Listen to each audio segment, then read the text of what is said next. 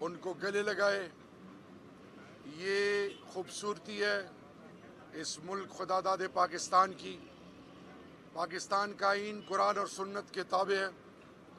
اس ملک میں ہر سوچ، ہر فکر، ہر مذہب، ہر مسلک، ہر کسی کو عزت دینا یہ ریاست کی ذمہ داری ہے.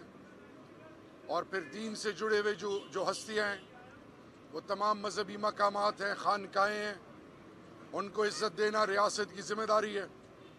اور سب سے بڑھ کر یہ کہ وہ لوگ جو ٹھیکیداری دین کے ٹھیکیدار بنے ہوئے ہیں، ان کے لیے میسیج یہ ہے کہ خدا کے لیے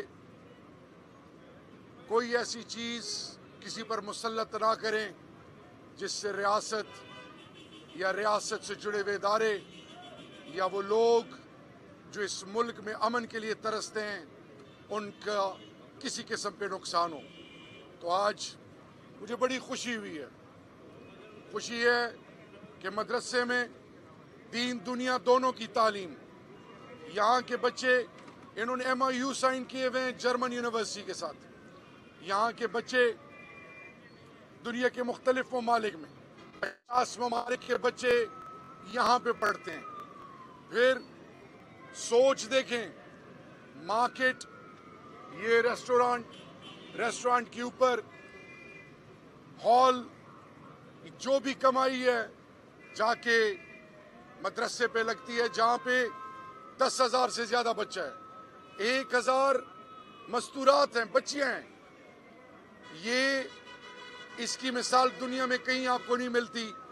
اور یہ ریاست کی ذمہ داری ہے کہ ریاست آج تک کسی نے یہ سوچا بھی نہیں، کیونکہ ہمارے اور آپ کے سامنے نیشنل ایکشن پلان 2014 کے بعد آنکھیں کھلی ہیں جب قوم کے بچوں کے گلے کاٹے گئے. اس سے پہلے کبھی کسی نے نہیں سوچا. پھر نیشنل ایکشن پلان 20 نکات کے لیے جو سب کمیٹیز بننی تھی، کوئی کمیٹی نہیں بنی.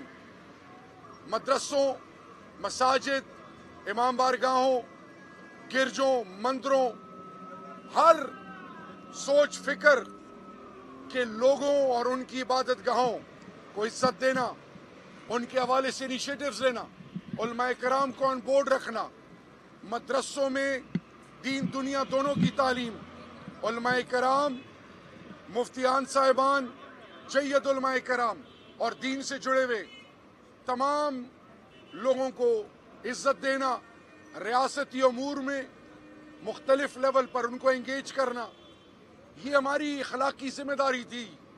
لیکن بدقسمتی سے اپنی ذاتی مفادات، ملکی مفادات سے کہیں آگے تھے.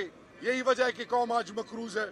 تو انشاءاللہ پرائم منسٹر صاحب کا جو ویژن ہے ہر کسی کو عزت دینا، اور یہی اس کی کلاسک اگزامپل ہے.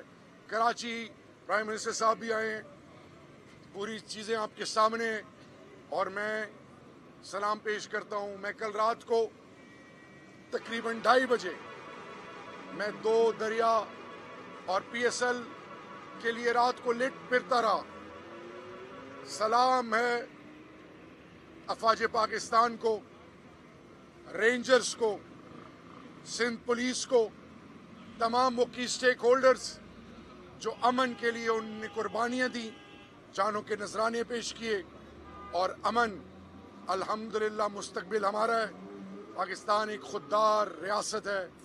پاکستان کی عزت اقوام عالم میں اب انشاءاللہ باذن اللہ ایسے ہوگی کہ کسی کے سوچ اور فکر میں بھی نہیں ہوگا. مستقبل ہمارا ہے انشاءاللہ، کسی لیول پر کوئی کمپرومائز نہیں ہوگا. میں ایک دفعہ پھر مفتی صاحب کا مشکور ہوں. اب تو نمک کھا لی ہے، میں تابع دار ہوں. انہوں نے ویزے کے حوالے سے جو بھی مسائل ہیں، صرف اس حد تک نہیں، چاہے وہ جو بھی مسلک ہے، چاہے وہ جو بھی مذہب ہے، چاہے وہ جو بھی فکر ہے، چاہے جو بھی سوچ ہے، ہم ہر جگہ جائیں گے، ہر کسی کے ساتھ بیٹھیں گے. ان کو عزت دینا ریاست کی ذمہ داری ہے. انشاءاللہ پاکستان زندہ باد. ایک طرف آپ کی باتیں ہیں اور مفتی صاحب بھی ماشاءاللہ انہوں نے بھی اپنی ساری باتیں آپ کے سامنے رکھی. دوسری طرف Bilawal Bhutto Zardari national action plan پر سوالات اٹھا رہے ہیں. 3 وزراء کا بھی ذکر کر رہے ہیں, کہیں ایک وزیر آپ بھی تو نہیں ہے ان 3 وزراء میں؟ آپ کہتے ہیں آپ کے تلقن جماعتوں سے تعلقات, کیا کیا تعلقات ہیں؟ اسلحہ فراہم کرتے ہیں, پیسے دیتے ہیں, کیا کرتے ہیں, کچھ تو بتائیں. بلاول بھٹو زرداری صاحب پاکستانی ہیں, ایک ایسی پارٹی جن کے خاندان کے افراد نے قربانیاں دی ہیں, شہادتیں پائی ہیں. ان کو اور ہر کسی کو یہ اختیار ہے کہ وہ سوال اٹھائیں, اور سوالات کا جواب دینا میرے سمیت ہر کسی پہ یہ ہماری اخلاقی ذمہ داری ہے کہ ہم اس کے جوابات دیں. بلاول بھٹو زرداری صاحب سے میری التجا ہوگی کہ پارلیمان میں انشاءاللہ میں ان کے تمام سوالات کا جواب بھی دوں گا, لیکن میرا ان سے ایک سوال ہے. یہ جو انگریزی میں تقریر آپ نے کی,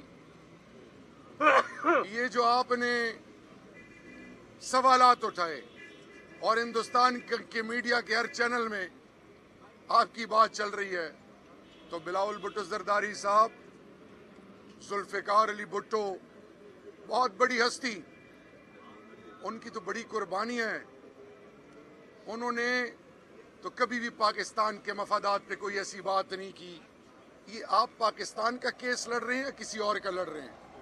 باقی شہریار کی بات ہو یا میرے پرائم منسٹر کی بات ہو یا کیبنٹ ممبرز کی بات ہو, قانون اور آئین سے کوئی بڑھ کر نہیں.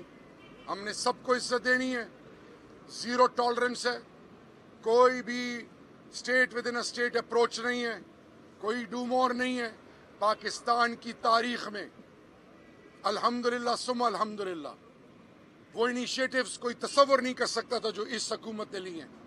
میں سوال اٹھاتا ہوں کہ 1947 سے 2015 تک INGOs کوئی ریگولیٹری باڈی نہیں تھی. آپ کی والدہ مرحوم, آپ کی حکومت رہی, آج بھی آپ کی حکومت ہے سندھ میں. یہ حالات زار دیکھیں, یہ پیسہ کدھر جاتا ہے. یہ آج سوال آپ سے یہ پوچھا جاتا ہے کہ جب ہم کہتے ہیں کہ ہم میں سے کوئی قانون سے بالاتر نہیں, جب نیب کی بات آتی ہے, جب آپ سے پوچھا جاتا ہے کہ یہ پیسے کدھر آتے ہیں, تو پھر زبان کسی اور کی کیوں بولی جاتی ہے؟ چاہیے تو یہ کہ 1-1 روپے منی ٹریل میرے پرائم منسٹر نے دیا. یہ جو آپ سندھ میں, تھر میں اور پورے سندھ میں بھوک اور افلاس, غربت, یہ جو نئی نسل, یہ جو سوچ اور فکر, یہ جو عام پاکستانی کی زندگی ہے, میں سوال یہ پوچھتا ہوں کہ عوام غریب سے غریب تر ہوتی جا رہی ہے. آپ لوگوں کے پاس یہ دولت کدھر سے آئی؟ ہم کسی پریشر میں نہیں آئیں گے. پہلے پرائم منسٹر کیبنٹ 1-1 روپے کا حساب دیں گے, اور اس کے بعد جس نے اس ملک کا پیسہ کھایا ہے اس کے حوالے سے ایک الزام نہیں, جتنے الزام لگانے ہیں بلاول بھٹو زرداری صاحب, we are here to face any sort of music.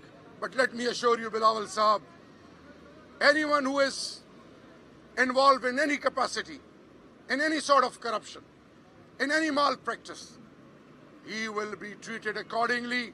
And this is a message loud and clear to all the key stakeholders. Thank you, Pakistan.